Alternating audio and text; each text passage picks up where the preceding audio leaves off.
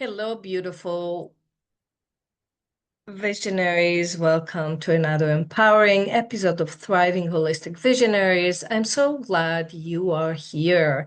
I wanted to start with something that many of us are quietly feeling right now. There is a kind of a pause in the air, a waiting, a sense that something is shifting, but we are not quite sure what next. And in that space of the unknown, fear gets louder. Not always in obvious way, but in a hesitation, in overthinking, in holding back. You might noticing it as I'll wait until things feel clearer. I'll start when I feel more ready. Maybe now it's not the time. But what if the time is now? Today, we are going to explore and talk about cultivating courage, not as something you force, but something you build a relationship with. I'm Kohava Howard, a Jungian transformational coach, healer, and a spiritual guide, empowering purpose driven women through mindset shifts and strength based coaching so they can unlock their next chapter of their life, show up and light up the world. So today, Jean is not going to join us. She will join us next month. Let's dive in. Fear often gets a bad reputation. We think of it as it's a thing that blocks us. But fear is not the enemy. Fear is a protector. We learn this is how to stay safe. For me, fear used to rule my life. It becomes my internal guidance system, but not in a way that expanded me, but in a way that kept me small. It told me, don't speak louder. You might be disliked. Or don't show up fully. You will be judged. Or don't leave what um, what stable. You might fail. Or don't take that opportunity. It's too much for you. You're not going to handle it. And I listened. I stayed in a job that didn't fulfill me. I held back my voice. I let opportunities pass me by, not because I didn't care, but because fear felt more convincing than possibilities. And maybe you can feel where it show up for you in your life. And fear isn't just loud panic. Sometimes it's subtle, logical, even responsible. But underneath it, there's often limiting beliefs. I'm not good enough. I'll be rejected. I can't handle it. I am not good enough. Courage doesn't come from eliminating fear. It comes from seeing it clearly and choosing differently. So when I first started my coaching journey, something as simple as posting on Facebook felt overwhelming for me. Going live, oh my gosh, even more. That felt impossible. And I had the knowledge, I had the desire, but fear was still running the show. And what I realized was this.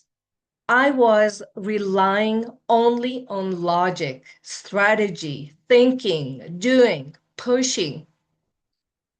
But something was missing. It's my feminine power, my intuition, my deeper knowing of who I am and accepting it fully. All the doing actually created more stress. It blocked my wisdom, and fear grew even stronger in that space. It wasn't until I began to practice courage, not perfectly, but consistently, that's when things started to shift. I stopped trying to eliminate fear and instead began to work with it. I started inviting it in. I started inviting the courageous version of myself in. And that's changed everything. Knowing that courage is not a personality trait and it's not something people born with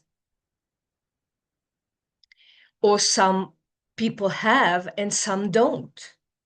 Courage is a practice.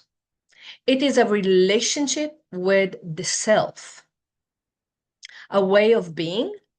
It is built through small intentional moments. Every time you speak, when it wouldn't be easier for you, do it. Show up when you want to hide. Do the mistakes. Those are my lessons. Choose alignment over comfort. You are strengthening courage by doing it no matter what. And over time, courage become more familiar than fear. I wanted to give you some grounded, real, and practical tools to work with fear. But not to fix fear, but to work with it as a campus. So first, welcome the fear and talk to it. Instead of pushing it away, try saying, I see you. I know where you're coming from. Fear is part of your system, is your coping mechanism. It was developed for a reason. Knowing when you resist it, it gets louder. But when you welcome it and listen to it, it softens. 2, understand your fear. Ask yourself, what is fear is really about? What is it trying to tell me?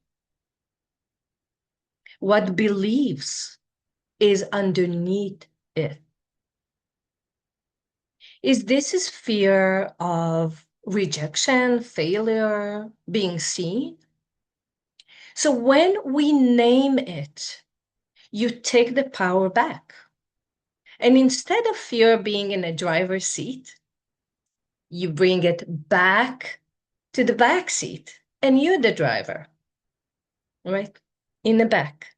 But he's still part of who we are. We cannot reject it. Get physical. Number 3, get physical. Fear lives in the body. So we can't think our way of it just like that. We need to shake it out. So for me, it's dancing, shaking, meditation, letting my body move freely without structure. For you, it might be walking, going to the gym, running, yoga, breath work, aerobic. So movement clears the mental noise and it connects you with yourself. 4, get creative. Express yourself, express your power, journal, art, knitting, let your inner world have a voice. Sometimes fear dissolves just by expression, by expressing yourself through it. 5, create a courage habit. Here's a lightly pushed version of what kept your voice and message intact. Courage grows through repetition. Choose small ways to stretch yourself daily, not extremes, just consistent expansion.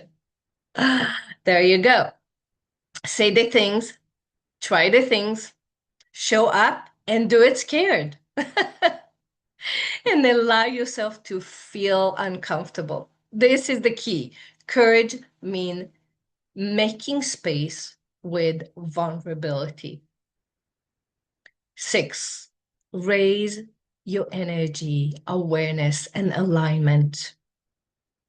Courage isn't just mental, it's energetic. If your energy is low, fear becomes heavier. So part of cultivating courage is raising your energy, vibration, and awareness. And here's how we do it. You become conscious of your thoughts. You notice when you are overthinking. Make space for stillness. Pay attention to what you consume. Food, media, social media, or conversation that drain your energy. Reduce exposure to low energy environments, including excessive negativity with someone that no longer serving your space. Be mindful of the energy around you, your home, your relationship, clear the clutter, move your body regularly, as I mentioned, practice act of kindness and practice forgiveness. And most of everything, gratitude. Daily gratitude for every small thing that's happened in your life. All of this supports and regulate your nervous system. Those are powerful tools. So as you begin to work with courage, remember this. You do not need to become someone else. You are not lacking courage. Courage is already within you. It's just not yet being seen. It's under a layer of protection. So instead of asking yourself how to get rid of fear, try asking, how can I work with it and still move forward? If there is something I want you to take from today, it is this. You do not need to wait. You do not need to perfect clarity. Courage is built in doing, in showing up with your truth, in choosing yourself again and again. And where in your life is courage quietly calling you to move forward? Sit with that and take one small step forward. So thank you for being here with me.